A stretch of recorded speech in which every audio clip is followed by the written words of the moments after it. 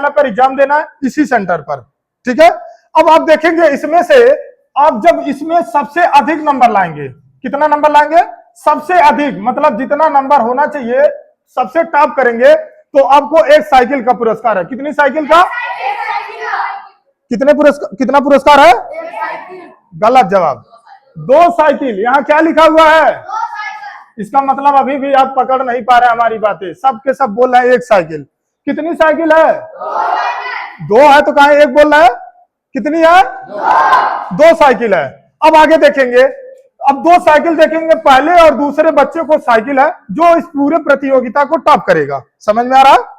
अब उसके बाद से जो बच्चे टॉप करेगा, अब जो बच्चा पिछली बार टॉप कर चुका उसको साइकिल नहीं दिया जाएगा।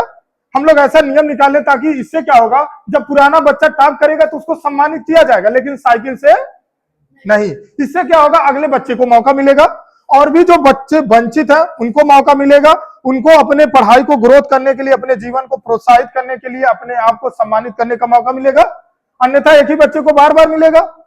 तो इसलिए देखेंगे हम लोग ऐसा नियम निकालें कि 2 साइकिल जो है वो बच्चा वही बच्चा पाएगा जो एक बार साइकिल नहीं पाया है। अब आगे देखेंगे, तो 2 साइकिल का पुरस्कार है। अब इसके बाद से आप मान लीजिए कि साइकिल नहीं ला पाते हैं, 60 नंबर भी नहीं ला पाते हैं, कम से कम 60 भी नहीं ला पाते हैं, तो भी आपको सर्टिफिकेट का व्यवस्था है। बाल विकास एजुकेशन की तरफ से आपको क्या दिया जाएगा, सर्टिफिकेट। अब जितना नंबर पाए रहेंगे उतने नंबर का आपको सर्टिफिकेट दिया जाए, समझ में आ रहा। आप जितना नंबर अपना अचीव करेंगे उतने नंबर का, क्योंकि आप देखेंगे हमेशा आपसे अगर पूछा जाए क्लास 2 का नंबर, तो आप बता पाएंगे क्लास 2 में कितना नंबर पाए थे, याद होगा, नहीं याद होगा। तो अब नहीं याद है तो आप सोचिए कितने शर्म वाली बात है कि नहीं है कि नहीं, यस और नो, शर्म वाली बात है, नहीं है। क्यों है, अगर आप मान लीजिए 2nd क्लास का आपको रोल नंबर या नंबर नहीं याद है, तो इसमें कौन सी शर्म वाली बात है, इसलिए शर्म वाली नहीं बात है, इसीलिए आपको सर्टिफिकेट दिया गया होगा ना। आप कभी जाएंगे खोलेंगे पता चल जाएगा। उसी तरीके से आपको जितना नंबर आप पाए रहेंगे उतने नंबर का आपको सर्टिफिकेट दे दिया जाएगा।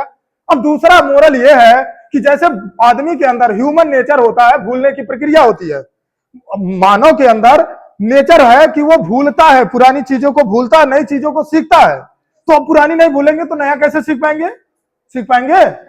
तो जैसे आप समझ लीजिए आपके साथ का या आपके परिवार का, आपके घर का कोई सदस्य एक्सपायर कर गया हो, आपके घर का कोई सदस्य बहुत खास हो और एक्सपायर कर गया हो, उस समय आप देखेंगे क्या आपके मुंह से निकलता है, भगवान का हम भी नहीं मर गए।